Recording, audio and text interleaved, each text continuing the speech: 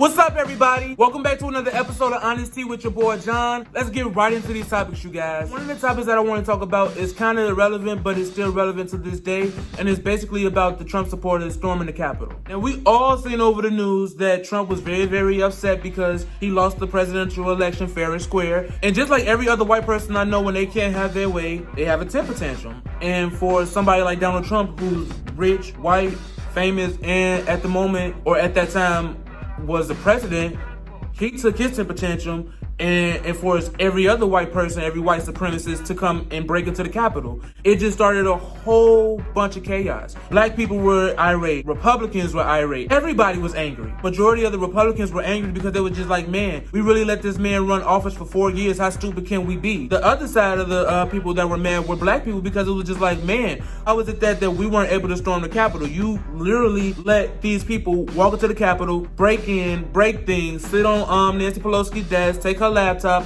White people are just really doing the fucking most. Y'all acting like the animals that y'all accuse black people of being when we're protesting for our right. You're not even protesting. You are rioting because your president lost the presidential election. One of the main reasons why I'm talking about this now is because it's really good to see white people get treated like black people in America. We get called terrorists, we get called thugs, we get called criminals, we get called every name in the book. But nevertheless, I could talk about this all day, but I'm not. So with that being said, let's just go on to the next topic, you guys. The next topic that I want to talk about is the Busted Challenge. If you guys know who Erica Banks is, then I'm surprised. But if you don't know, I'm not surprised. Erica Banks was an artist of 1501. If you all know from my past episodes, I talked about 1501 a lot because they dealt with Megan Thee Stallion. That was her first label. It was an independent label, and then it started fucking her over. And when they was fucking her over, they was finding a brand new artist, which so happened to be Erica Banks. Now, if you compare looks and Verzuz to Erica Banks and Meg Thee Stallion, is very, very similar. I don't know if it's like a Texas thing or if it's just like a female rap thing, but then again, it couldn't be because Nicki Minaj is neither of them hoes. But they rap, they talk, they sound just alike. It's literally like a Megan Thee Stallion robot named Erica Banks. I'm not gonna like sit here and throw shade on Erica Banks because right now she is making a name for herself. I want to say that she was signed to 1501 once upon a time, but then she just got signed to a brand new label and a bigger label on top of that. Nevertheless, she has this song called Busted. Now, I don't fuck with Erica Banks like that. I'm not even gonna lie to you. I don't know any of her music. I don't even know Busted, to be honest. The only reason why I know about it is because it's a challenge going around. If it wasn't for that challenge, I honestly would say that nobody else would know this song either. If you guys are familiar with TikTok is really good at making people music the shit. Some people who we have never heard of have something on TikTok and you got these little ass kids dancing around to it and it's making them go viral, making them famous and making the song better than what it actually is. And it's because of TikTok. So there's no surprise that Busted will be on TikTok. So basically the Busted Challenge is basically about a girl who just looks undone and then when the beat drops, boom, busted. She's like literally wearing the sexiest clothes. She look real good, her hair done, her makeup done, and everything. This is why I have a problem with it. It goes left when people are taking the Busted Challenge and making it to something sexual. I love Twitter. I'm always on social media. If you guys check me out, if I'm not doing HonesTEA or whatever, because I'm being lazy, you know what I'm saying? I'm still on social media. I'm still getting my tea for myself. I have 2 pages on Twitter. I have my regular page, and then I also have like a little freaky page. You know what I'm saying? Because ain't nothing on Twitter but porn now. So instead of seeing the porn on my regular page on my timeline, I decided to transfer it over to another page. So that way it could just be nothing but porn. But anyway, I just so happen to go through, you know, like my timeline on my little freaky page, and I see a Busted Challenge. So I'm like, okay, well, somebody just probably, you know, doing like a Busted Challenge, whatever, no big deal. But then when I looked at the content of it, I was just like, oh no. And basically what I saw was this porn star ejaculating on a lot of people's face. And then I just so happened to look up Busted Challenge on Twitter and I see females squirting, I see like, it was just a lot. I just got really irritated with it because you don't have to sexualize everything. I was cool with the little challenge, you know what, you put on a little shirt and then you drop to the floor and you got on a nice suit and tie or a nice mini skirt or whatever it is that makes you feel like you're the sexy person at that moment, whatever you're wearing. But as far as you like doing a Busted Challenge, a song that's meant to be for, not necessarily specifically for kids, but for music listeners, you don't think about busting a nut on somebody's face because that's not what the song was about. But then again, I don't even know the song like that, so maybe I could be missing something. Nobody wants you getting your face covered in nut. Like, it's just gross to me. You know what I'm saying? Like, it was just something that wasn't cool with me. And I don't know how you guys feel about it. I mean, yeah, it's all fun and games, but a challenge is a challenge, but don't take that challenge for something that was somewhat innocent to just pure fucking nasty. It's just gross. So with that being said, let's just go on to the next topic, you guys. The next topic that I want to talk about is this Ashanti versus Keyshia Cole battle. Originally, this battle was supposed to take last year, but then Ashanti faked like she had COVID, and so she couldn't make it. What made me feel like she faked that she had COVID was because she knew she was going to lose that battle, and it's no shade. Now, it's no shade to Ashanti. Back in 2001, I believe it was, or in the 2000s, she was that girl. She was Grammy nominated. She had a brand new album. Debut album was everything. She was Ja Rule's right hand. Every time that he needed a female lead, he would call Ashanti. Originally, it was JLo, but then he started to go with Ashanti. I'm not gonna get into the Ashanti versus JLo because we all know that JLo and Ashanti sound just alike, because there was a rumor that it was alleged that Ashanti was the main one that was singing JLo's verse, and JLo was just lip singing and not giving JLo the actual credit that she deserved. Jennifer Lopez, to me, was a better artist than Ashanti. She looked better than Ashanti. Her music was better than Ashanti's. And I just like JLo. I'm not like a stan of JLo or whatever, but if you compare overall career, it would be JLo. Not because of singing, it's literally because of acting. She's not a bad singer either. Neither is Ashanti. But nevertheless, Ashanti was that girl. Music-wise, she was definitely featured a lot. Her debut album was everything. I know probably like 5 or 6 songs on that. Ashanti Chapter 2 album, it was okay. The other albums from there, I really can't tell you because I really wasn't listening to it. But now, Keyshia Cole, on the other hand, that bitch got albums for days. Don't get me wrong, Keyshia Cole is not that artist. But when it comes down to songs, or when it comes down to just Ashanti in general, she'll definitely be. Her debut album was fucking everything. Her second album, which was Woman to Woman, was it Just Like You, or one of those albums where she had Sent from Heaven? That album was good. Every album that Keyshia Cole had, it was not a bad album. It was always a good album. Even her last album, even though she had Remy Man on it, it was still a good album. Because Keyshia Cole makes really good albums. Let's just call it for what it is. But at the same time, is that Keyshia Cole can't stand the light to Beyonce, or Rihanna, or Mariah Carey, or anybody else. You know what I'm saying? This is a battle that Keyshia Cole can definitely win. Throughout this battle, I was pretty much in and out because I was at work. But from what I've seen, Keyshia Cole was fucking late. Ashanti was over there waiting. Like, they were both trying to be shady towards another, but they both kept it cute and professional, so I appreciate that. But you could definitely tell that Keyshia knew that she was that bitch, and she knew that she was gonna win because everybody was riding for Keyshia Cole. Has more songs. Ashanti only has features. Every song that she played was a feature, and the only thing that she was able to do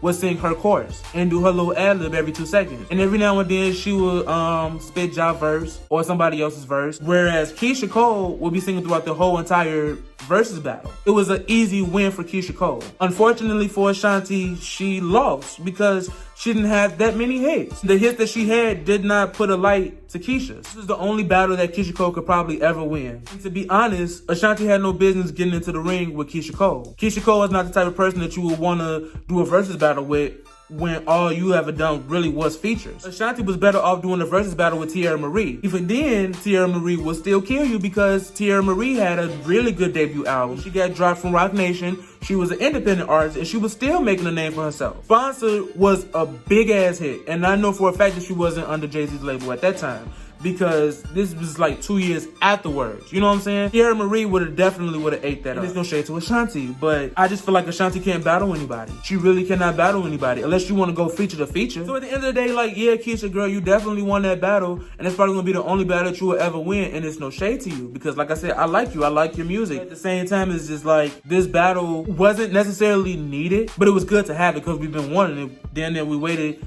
for a whole year because shit, Ashanti caught COVID.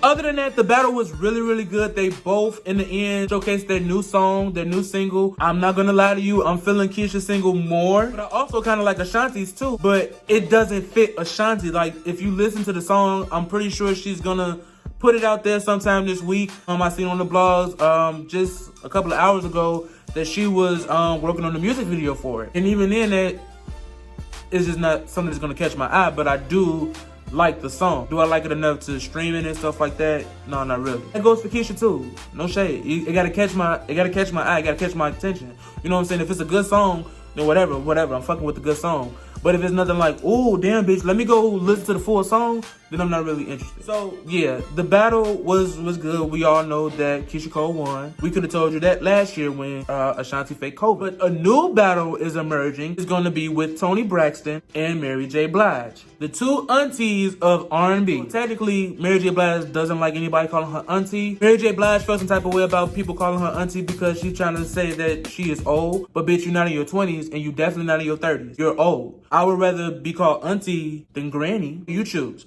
But anyway, Toni Braxton and Mary J. Blige will be doing a Verzuz battle. I love me some Toni Braxton. I love Mary J. Blige too, even though my husband calls her the remake queen, because her debut album, from what he told me, is literally nothing but remakes from the 70s and 80s music. I don't know when it's coming, but it's coming. Toni is ready. Mary J. Blige is ready. Who do y'all think is gonna win? It's gonna be a really good battle. Just like how Brandy and Monica was. This is gonna be like a really epic battle. Cause if you look at Toni hits, you got Unbreak My Heart, Just Be a Man About It, You Mean the World to Me, another breakup song. Look at Mary J. Blige, Be Without You, How to Love a Woman, Mr. Wrong, Real Love. Like all of these songs, like they got hits. I'm excited for it. But other than that, you guys, we're gonna move right on to the next topic. So the next topic that I want to talk about is Danileigh receiving the backlash for her new song, Yellowbone. I don't know any songs from Danileigh. I only know one song, which is Easy, the remix with Chris Brown. But if you guys are familiar with Danileigh and her music, that's good for you. It's just a no for me. But if you aren't familiar with Danileigh, she is dating DaBaby. DaBaby is an up-and-coming successful rapper who has worked with the greats such as Nicki Minaj. We all know him for doing some fire-ass collabs with Meg Thee Stallion. And he's pretty much making a name for himself. He is known as a bad boy in the industry. Every time that you see DaBaby in the media, he's either getting arrested or he punches some bitch in the face. Now, he's just so happened to be dating Danileigh. Now, Danileigh's song is receiving a lot of backlash for two reasons. One of the reasons is because they feel like she's uplifting black women who have a lighter skin compared to the darker black women. When I heard the preview of the song, I automatically thought it was trash. And when I kept listening to it, it proved my point. It literally sounds like a 12-year-old who got a hold of TikTok and a trap beat and started singing. That's literally what it was. I was just thinking like this song is pure trash. I see a lot of people dragging Danileigh for this song, and it's not because the song is just pure trash. It's because she made a song called Yellowbone. You see other people saying like, well, it's not okay for Danileigh to do a song about Yellowbone, but it's okay for Beyonce to do brown skin girls. It's okay for India Irie to talk about brown skin. It's okay for Remy Ma to talk about melanin magic. Yes, it is. Just like it's okay for Danileigh to talk about her skin. When you think about brown skin girls, specifically Beyonce's song, it doesn't just highlight one specific tone of melanin. She's celebrating all colors of brown skinned women. This is not the first time that this has ever happened in America. To be honest, I feel like dark skin is the new light skin for this generation and from generations on forth. When you think about the 90s, me specifically, I always think about Pam and Gina. You look at the two. Gina's light skin, Pam is dark skin. Look at the talent, Pam has majority of the talent. Not taking away anything from Gina or Tisha Campbell at the moment. She was chosen more favorable than Tichina Arnold was because Tichina Arnold had darker skin. We all knew that Pam could sing. We all knew that Pam had looks. We all knew that she was talented. But you know what Pam didn't have that Gina did have? Lighter skin. So when it comes down to Tichina Arnold and it comes down to Tisha Campbell, who are you going to choose? Back in the 90s, they would choose like, okay, well, she's prettier. She has a lighter skin. Let's go with her. Let's make her the lead role. It goes way beyond that. It goes from acting to modeling to singing to anything that the entertainment industry has to offer. But now in today's society, we are saying like, no, fuck that. We are acknowledging that Pam was better than Gina. We're now saying that dark skin is beautiful versus having a lighter skin. Not saying that it's not beautiful, but saying it doesn't compare or hold a light to a darker tone. So at the end of the day, I can understand people's frustration when it comes down to this song Yellowbone, but I feel like it shouldn't be taken that serious because for one, the song is pure trash. Fuck the whole skin color type shit. The song itself is trash. It shouldn't have been taken that serious anyway because the song was meant for DaBaby's baby mama. Other than that, you guys, we're gonna move on to the next topic. So the last topic that I want to talk about is RuPaul's Drag Race. So I won't lie to you, I was not excited for RuPaul's Drag Race season this year. I was kind of disappointed in last season's season finale. At the end of the day, it had nothing to do with the production. It was due to COVID. Like I said, I wasn't excited for it, but now I am. I'm gonna say this now. I'm not gonna give much away say one queen in particular that I feel is going to win Drag Race. That person name is Simone. It's only been like 3 episodes. I feel like Simone will definitely take the crown and win this competition. Simone has this drag style that's like real ghetto, but classy and bangy at the same time. For me, it's everything because she's a really good actress. She can dance. She can lip sync her motherfucking ass off. And I like her fashion. She's not afraid to take it there. And I'm not taking away from the other queen, but y'all not Simone. Not saying that you guys are less talented, but I like who I like. And who I'm liking right now is Simone. Every other queen, good luck to you guys. But Simone has won 2 competitions thus far. The new queens this season, they are all talented in their own way. RuPaul changed the season up this season where he started everybody doing lip syncs. Whoever won the lip sync gets to continue on the show. Everybody else, they got the pork chop, which means that they go sit in the office with the other losers, and then they all come back on the show. So it was really, really good to see. Like I said, Simone is definitely the one to watch. I also like Elliot with 2 T's. At first, he was very, very annoying because I just don't like his voice, and he was the one that everybody voted off the show because, like I said, in the beginning, they had to do the lip sync. And if you won, you go on to the show. If not, you get the pork chop, you wait for the other losers in the back. And so Elliot didn't win his lip sync, so he waited with the other losers in the back. And then they had to decide, if y'all want to be on the show, all of y'all got a chance to fight, but y'all got to eliminate one person. Everybody out of the group eliminated Elliot with 2 T's. This was based off of just looks itself, because they didn't get a chance to kiki or socialize with anybody. They just always just like, okay, what are we back here for? And then here come RuPaul saying, well, eliminate somebody so y'all can all go back.